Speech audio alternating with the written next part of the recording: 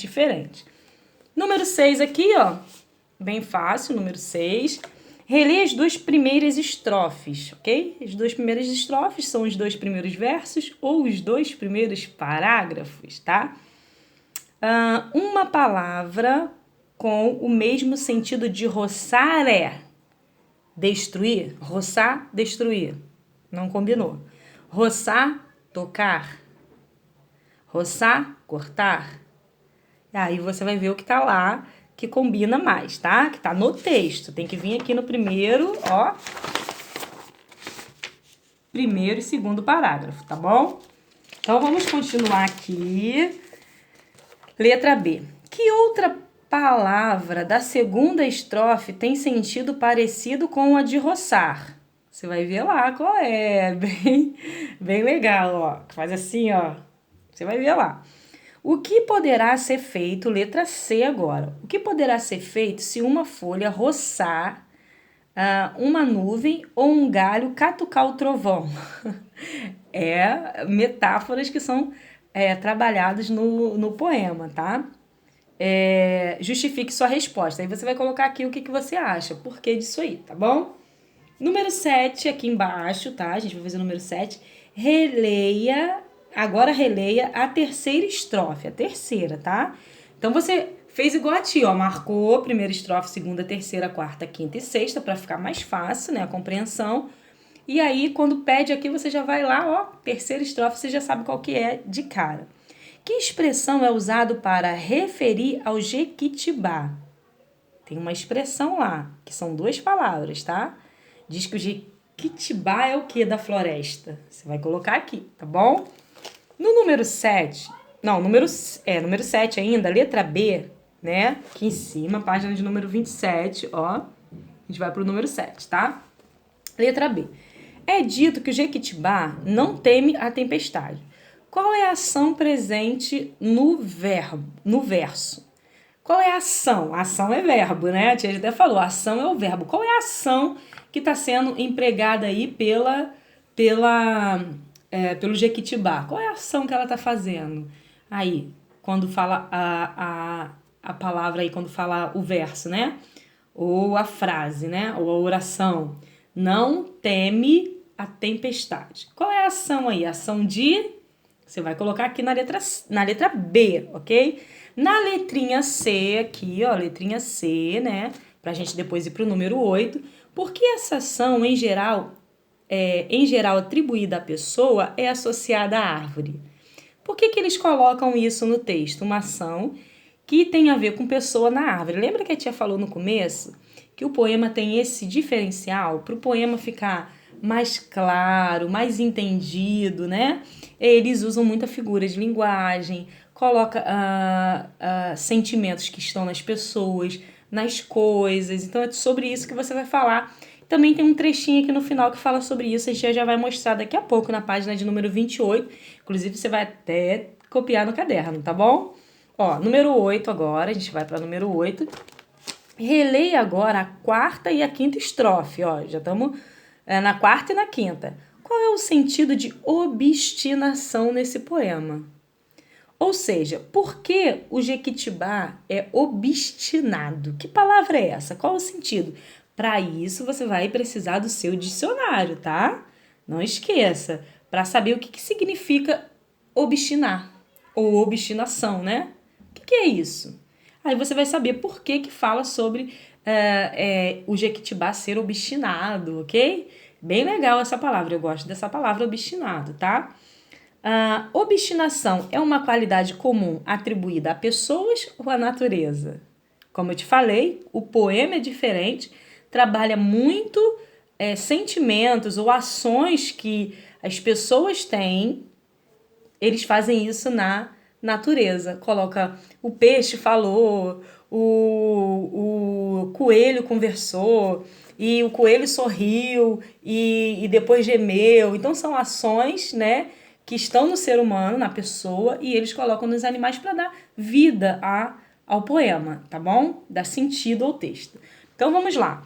A pessoas ou a natureza? Hein? Número C, tá? Letra C do número 8. De que de que os coatis, os passarinhos e os macacos estariam seguros. E aí? O que o texto fala lá na quarta e na quinta estrofe sobre o coatis, os passarinhos e os macacos? Você vai colocar aqui, do que eles estariam seguros, hein? Será o quê? Da tempestade, dos predadores? O que está escrito lá? Você vai colocar. Agora a gente vai para o 9, ok? Página de número 27 ainda. Releia, por fim, a última estrofe e observe esta comparação. Lá na última estrofe, lá no finalzinho, tá bom? Raízes do Jequitibá, veias e artérias do mundo. Essa é a expressão que tá aqui pra gente entender, tá bom? Ó, aqui, ó, as duas. Raízes do Jequitibá, veias e artérias do mundo. Qual é a função das artérias e das veias? Ó, veias e artérias no corpo humano. Qual é a função?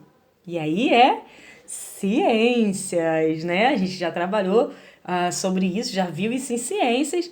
E aí você vai lembrar para que servem as artérias e as veias no corpo humano.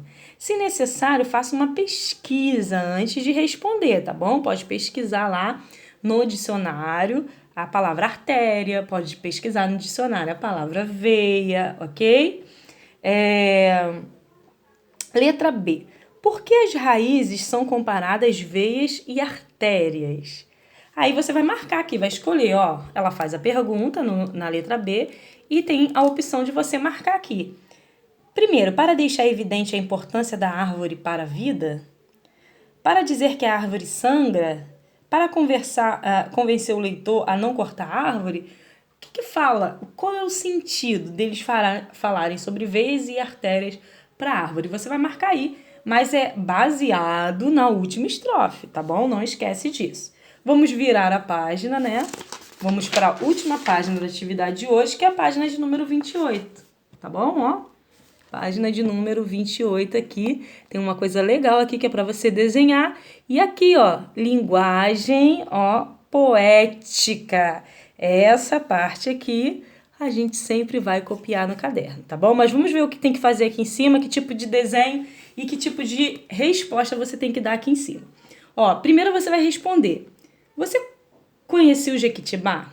Você vai responder aqui em cima, aqui, ó. Escreve, faz uma linhazinha assim, ó. E escreve aqui em cima. Ó, tá vendo a linha que a tia fez? Faz a sua resposta aqui em cima para sobrar espaço para você fazer o desenho. Se sim, compartilhe com os colegas e o professor. A gente não vai poder fazer isso nesse momento, né? Compartilhe com o colega e o professor sobre essa árvore. Se não, diga se o poema despertou curiosidade em conhecer essa árvore e explique sua resposta. Sentiu curiosidade de conhecer essa árvore? Jequitibá é uma árvore, né? Sentiu vontade? A gente faz assim, ó, 2 linhas pra gente colocar a resposta, ó, aqui em cima, tá vendo? E deixa o espaço aqui pra gente pintar, tá? 2 linhas aqui em cima, a gente coloca a resposta e o espaço pra gente pintar. Qual é a sua árvore preferida? Qual a árvore que você mais gosta? Por quê? Quando eu era pequena, eu gostava muito de mangueira, porque a gente podia subir, podia pegar manga, era bem legal, né? Era uma árvore mais acessível pra gente subir, mangueira, jabuticaba, goiabeira, era fácil de subir. Hoje a gente não consegue subir nem acho que escada direito. Mas a tia gostava muito de mangueira, até porque, né, adorava suco de manga até hoje, né? Então a gente pegava assim a fruta no pé, era maravilhoso. Então qual árvore que você acha é a sua árvore preferida? Por quê? No espaço ao lado você vai desenhar a árvore escolhida e você próximo à árvore, em cima da árvore, comendo a fruta da árvore, tá bom? Que seja manga, jabuticaba, eu lembro que tinha... esqueci o nome agora. Tinha uma árvore... Jambo, árvore de jambo. Era difícil de subir, a gente ficava tentando subir na árvore de jambo para pegar aqueles jambos vermelhinhos deliciosos. Eu nem sei onde existe mais isso hoje, mas era muito bom. E aqui embaixo, ó, pra gente terminar, você vai fazer o desenho aí, e pra gente terminar, ó, linguagem poética, a tia vai ler aqui com você e você vai copiar isso aqui no caderno, tá? Aqui também tem algumas respostas de lá de trás que a tia até falou, ó. Linguagem poética, acompanha aí, ó, com o dedinho aí, ó. No poema, o poeta busca explorar os sentidos das palavras, tá? Explorar o sentido das palavras. Por isso é importante prestar atenção às escolhas feitas, tá? Nas palavras. Que tipo de palavra eu estou escolhendo para aquele texto? Que tipo de palavra eu estou escolhendo para ficar mais interessante, mais acessível, tá? Pois nada é por acaso. Um dos recursos empregados é a utilização da figura de linguagem como a personificação e a metáfora, tá? Então, assim, o que é personificação? A gente vai marcar aqui e vai escrever no caderno para gravar. Ó. Personificação das palavras. Você vai personificar. Consiste em atribuir qualidades humanas das ações humanas. Isso é personificar. Lembra que a gente falou que as árvores tinham veias? Então, quem tem veias são os seres humanos. Então, ele está personificando, né? Para dar sentido de vida ao texto, né? Na árvore, você entender que a árvore tem vida. Então, ele usa essa linguagem para facilitar. Então, por exemplo, consiste em atribuir qualidades ou ações humanas aos objetos ou animais. Como dizer que o Jequitibá é obstinado, porque obstinado são para pessoas. Pessoas são obstinadas. Só que ele usou isso aqui para o Jequitibá. Então, ele fez uma personificação de linguagem, tá bom? Olha outro exemplo aqui, ó. O que conversam os peixes no aquário a nadar? Os peixes, por acaso, conversam? Hein? Conversar é uma habilidade das pessoas, né? Os peixes se comunicam de alguma forma, mas não é uma conversa, uma fala. Só que quando você lê isso no texto, no poema, você consegue compreender melhor o que o autor está dizendo, tá bom?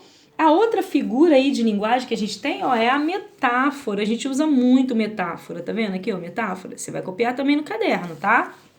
Ó, consiste em aproximar dois elementos, como comparar as raízes do Jequitibá com as veias. Observe este outro exemplo.